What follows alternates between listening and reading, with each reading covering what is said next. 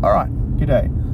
I wanted to make a short video to begin touching on the cornerstones of what I wish to touch on later with my videos. I want to talk about what it means to be a successful Broadway musician in Nashville, Tennessee. First and foremost, I feel like to be successful on Broadway, and if you want to define success, here's my version. I did 522 gigs last year. I'm helping pay for my wife's student debt. My rent's paid. I got to buy a cool amp. I got to pay off some debt. I got to eat food, and I got to play a lot of music with my friends. I did a lot of healing, and I learnt a lot, which to me is my ideal. I have a gig tonight. I'm going to see Blake Mills and Pino Palladino before that. I'm sad. I'm going to have a great evening. I know I'm going to have a great evening because I choose to have a great evening. I choose to have a great time playing music, and I choose to love and respect every single note that I get to play. What an incredible thing that is. Now, here's the thing. I think to be a successful Broadway musician is to let go of ego and understand that you have to serve the song. As a working musician, as any musician, you are not the focal point. The song is the focal point. Now, the crowd might be cheering for you. They might love your guitar solo or your free jazz piano solo, but it'll only be good if it's serving the music within itself, right?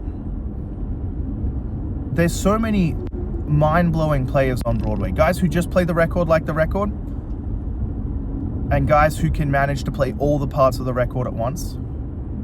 Guys who know every country tune and every rock tune, and then guys who know every 80s rock tune but no country. And that's fine. I'm a bit of an all-over player. I can co-front, I can sing, I can tell jokes, I can sing you Chattahoochee, and I can sing you All Right Now by Free. I think for me it's important to be able to play any genre of music appropriately and approach any song well. Now there are certain exceptions to like hey, here's an amount of money, play this random song now.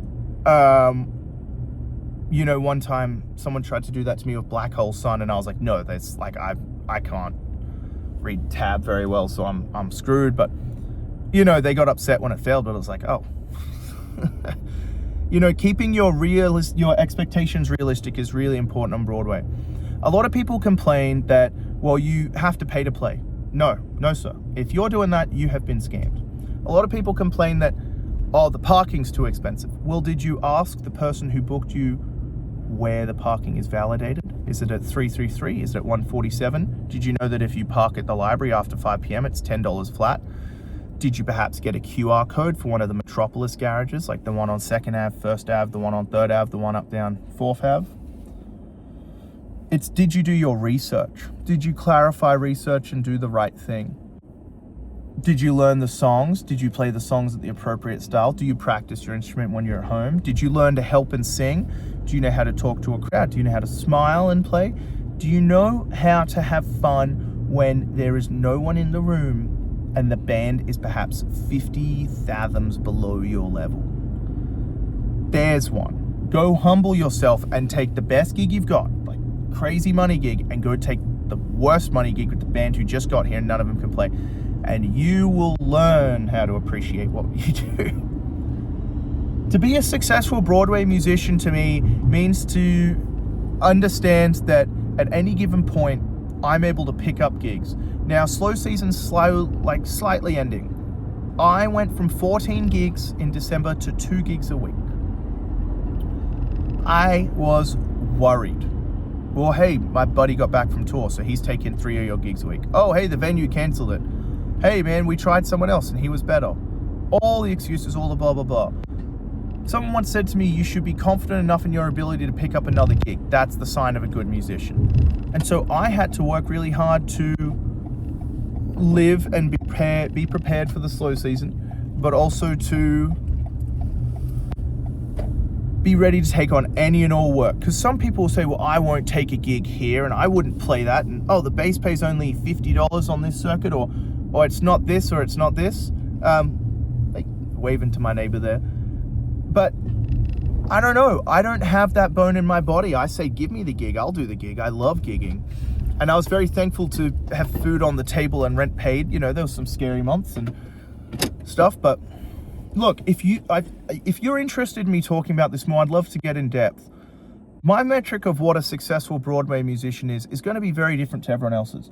But I personally believe that my measure of success is that people still call me. I'm so thankful. If I have to rock up with a deluxe and a telly and no pedals, let's go. If I have to, speaking of pedals, I have a DM2. I need to get this repaired. If anyone's an expert in this, hit me up, because it doesn't pass signal, but this is my favorite analog delay.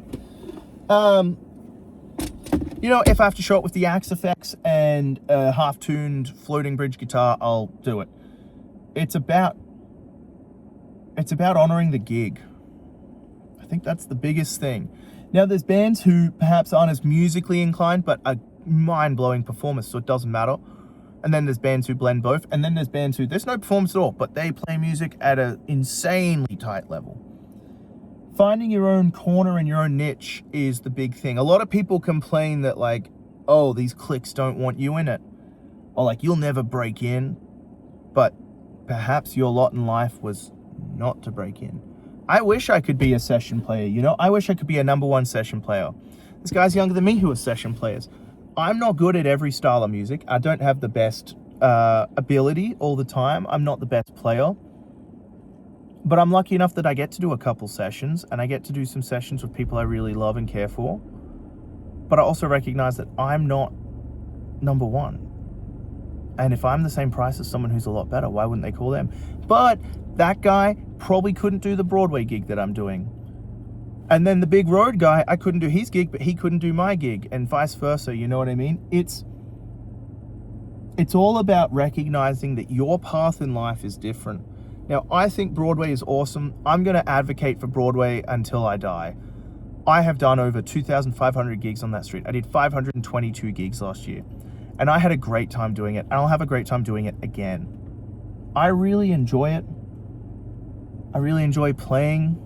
I really enjoy existing. I really enjoy guitar, and tonight I get to play with some blokes who are really funny. The drummer, we went to college together, he's a monster. So, it's like Jeff Porcaro type drummer. It's powerful, man. Real powerful.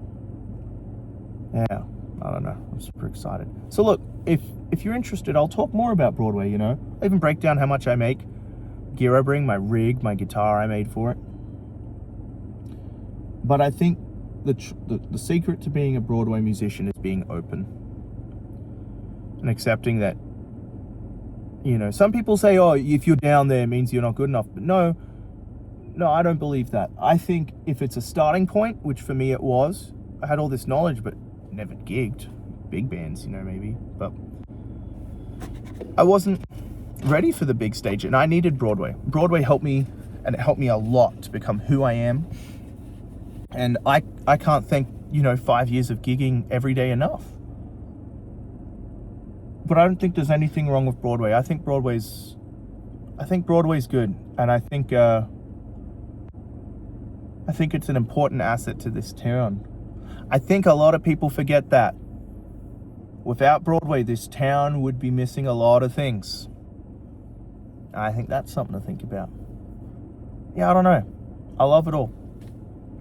I want to do it all. I don't want to lose anything. So I'm going to go inside and practice. I'm going to go watch Blake Mills and Pino Palladino just create music. Pure music. Pure intention. Then I'm going to go play a gig. That's it. That's what it takes to be a successful Broadway musician.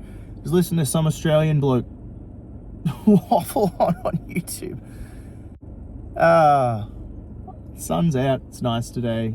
Oh, I got to see two of my good friends today. Tim Avon from Lanco, great dude. Runs a great YouTube channel. Brian Akers, who works at Groon. I do all my videos with Brian, so except this one, obviously. But yeah, very happy, just stoked. Anyway, I'm going. I'm gonna go practice. I'll put this up, see what happens. Peace.